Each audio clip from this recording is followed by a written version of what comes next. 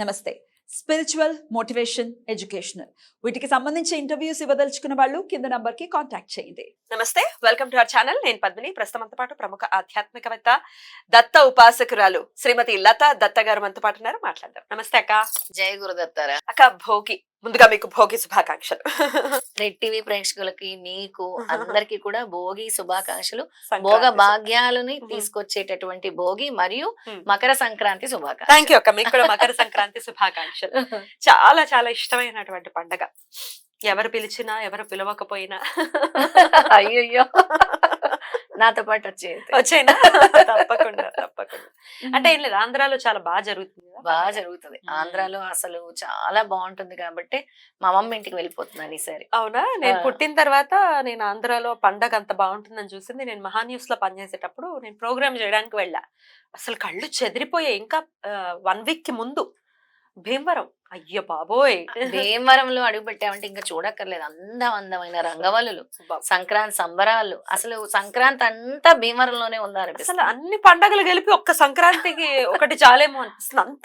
అంత అద్భుతంగా. బాబా, ఓ పక్కన కోడి పందాలు, ఓ పక్కన ఏమో అందరూ రంగవల్లులు, రంగవల్లులు, కొత్త బట్టలు, డూడు బస్సు.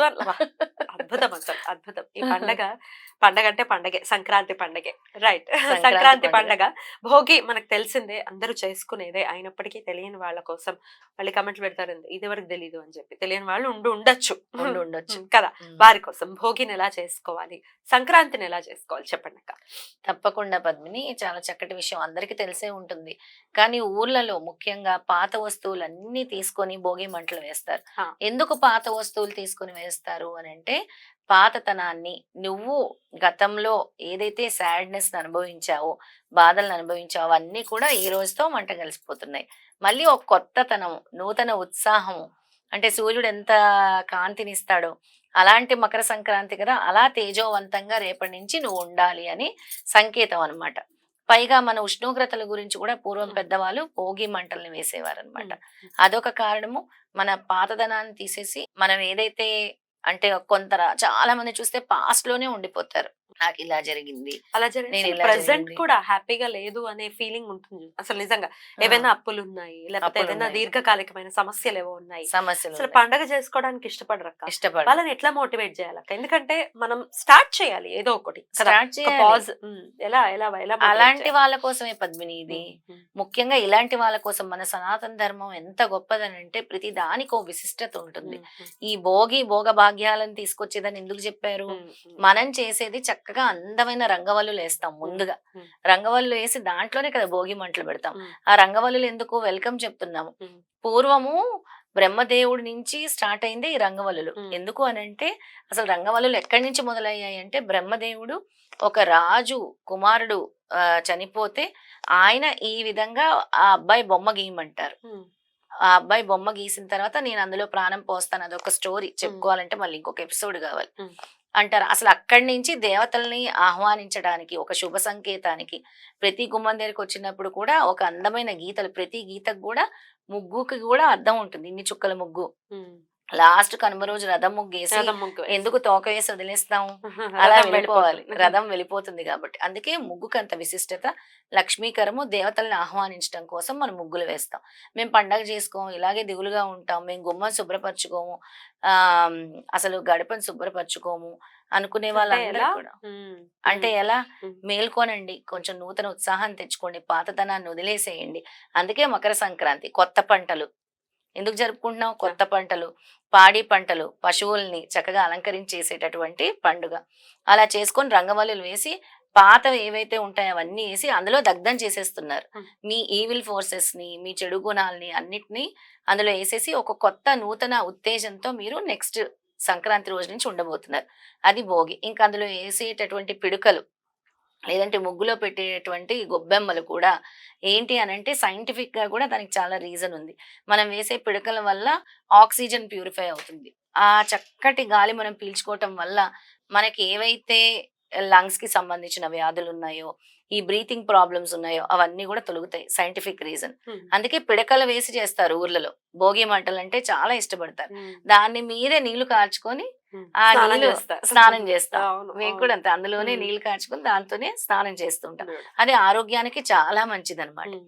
ఇక భోగి రోజు సాయంత్రము పిల్లల్ని కూర్చోబెట్టి, చిన్న చిన్న బుడ్డి బుడ్డి పిల్లలు అంటే 10 సంవత్సరాల లోపల వరకు పిల్లలు కూడా కూర్చుంటారు. అందరు కూర్చొని, సూర్య భగవానుడికి బాగా ఇష్టమైన పండు ఏదంటే రేగిపండు. రేగిపండు. ఉమ్. ఆయనకి రేగిపండు, అందుకే రేగిపండు, చిల్లర డబ్బులు, శనగలు, గురువు అనుగ్రహం కోసం మళ్ళీ శనగలు, చెరుగ్గడలు, అంటే చాలా మంచి చెరుకులు వస్తూ ఉంటాయి కదా సంక్రాంతి సమయంలో, ఇవన్నీ కూడా వేసి చిన్న చిన్న ముక్కలు చేసి పిల్లల మీద దృష్టి దోషాలు పోవడానికి భోగి పళ్ళు పోస్తారు. అద్భుతం.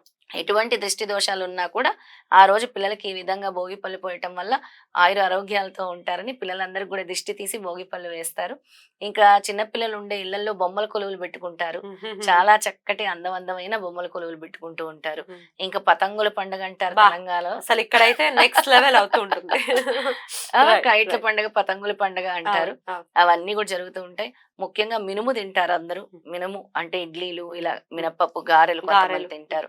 బలం కోసం మనకు ఉండే కాలానికి అనుగుణంగా పెద్దలు డిజైన్ చేసినటువంటి వంటలు ఇవన్నీ కూడా. ఇక అరిసెలు చేస్తారు. ఉమ్. అరిసెలు, ఉమ్. అలాగే జంతికలు చేస్తారు, పిండి వంటలు. అసలు పిండి వంటలకి ఇంకా లోటే ఉంది. ఇది అది కాదు, కుమ్మేయడమే. కుమ్మేయటమే. ఇవన్నీ కూడా ఆ రోజు భోగి నుంచి మొదలవుతుంది, కనుమతో ఎండ్ అవుతుంది. నోరు ఊరిస్తున్నారక్క మీరు ఇప్పుడు. నువ్వు నోరు- జంతికలు అంటారు, గారెలు అంటారు, మనకేమో హాట్ ఒకసారి అన్ని గుర్తు తెచ్చుకోవాలి కదా అదే అదే. పద్ధతి. పండగ వాతావరణం అంతా కళ్ళ ముందు కట్టేలా అదే చూపిద్దాం. అదే అలాగే జరుగుతుంది. ఇక సంక్రాంతి అక్క, మకర సంక్రాంతి. మకర సంక్రాంతి రోజు విశేషంగా ఏంటంటే అందరు అలంకరించుకొని ఉమ్. స్వామికి పొద్దున్నే లేచి ఇల్లు ఉమ్. అంతా కూడా తడిబట్ట పెట్టుకొని దేవుడికి పూజించేసి దేవాలయాలకు వెళ్ళే వాళ్ళు దేవాలయాలకు వెళ్తారు. బ్రాహ్మణుల్ని పిలిచి స్వయం పాకాలు ఇచ్చేవాళ్ళు స్వయం పాకాలు ఇస్తారు, పిండి వంటలు చేసుకుంటారు నలుగురు కలిసి కూడా. దీనికి అర్థం ఏంటంటే పద్మిని, పండుగ ఎందుకు జరుపుకోవాలి మకర సంక్రాంతి గాని ఏంటి అని అంటే, కూతుర్లు, అల్లుళ్ళు, కొడుకులు, కోడళ్ళు అందరు ఒక చోట కలుస్తారు. గ్యాదర్ అవ్వాలి. ఉమ్. అంటే అందరు కలిసిమెలిసి ఉండాలి అని తెలియచేస్తున్నటువంటి పండగ ముఖ్యంగా. ఉమ్. అందుకే ఊర్లోకి వెళ్ళిపోతారు. మన హైదరాబాద్ చూస్తే ఖాళీ అసలు అయిపోయి మొత్తం ఉంటుంది. చెరిగేసినట్టు అయిపోతుంది చెరిగేసినట్టు అసలు. ఏంటి ఇది హైదరాబాదా అనిపిస్తుంది. ఆ. దీనికి ముఖ్యంగా పెద్దలు చెప్పినటువంటిది ఏంటి అని అంటే, అందరూ కూడా కలిసిమెలిసి ఉండటానికి ఇది ఒక పండుగ మనం జరుపుకుంటున్నాము. అలాగే అందరు కలిసి పిండి వంటలు చేసుకుంటారు. అంటే ఎలా ఉండాలి కలిసిమెలిసి అని చెప్పడానికి ఈ పండుగ ఒక విశేషంగా మనం చెప్పుకోవచ్చు. సంక్రాంతి రోజు Beautiful, beautiful. ఇంకా ఆడేవాళ్ళు ఆడుకుంటారు, పాటలు పాడే వాళ్ళు పాడతారు, డాన్సులు చేసే వాళ్ళు చేస్తారు, పేకాట ఆడేవాళ్ళు అయ్ బాబోయ్. పేకాటలు ఆడతారు, కోడి పందాలు ఆడేవాడు కోడి పందాలు. ఇవన్నీ మామూలు ఊర్లలో ఎంటర్టైన్మెంట్ జరుగుతాయి. కాదు ఈ పండుగ. ఇవన్నీ ఊర్లలో జరుగుతాయి, మామూలు ఎంటర్టైన్మెంట్ కాదు. ఇదన్నీ ఎక్కడ లేని అంటే అంటారు కదా బావా మరదళ్ళ సరసాలు, ఇవన్నీ కూడా మనం సినిమాల్లో చూడాలి. చేయవలసినటువంటి పనులు ఇవి. Right. అద్భుతంగా తెలియజేశారు అక్క. మరొక్కసారి మీకు మకర సంక్రాంతి శుభాకాంక్షలు తెలియజేస్తూ నమస్తే.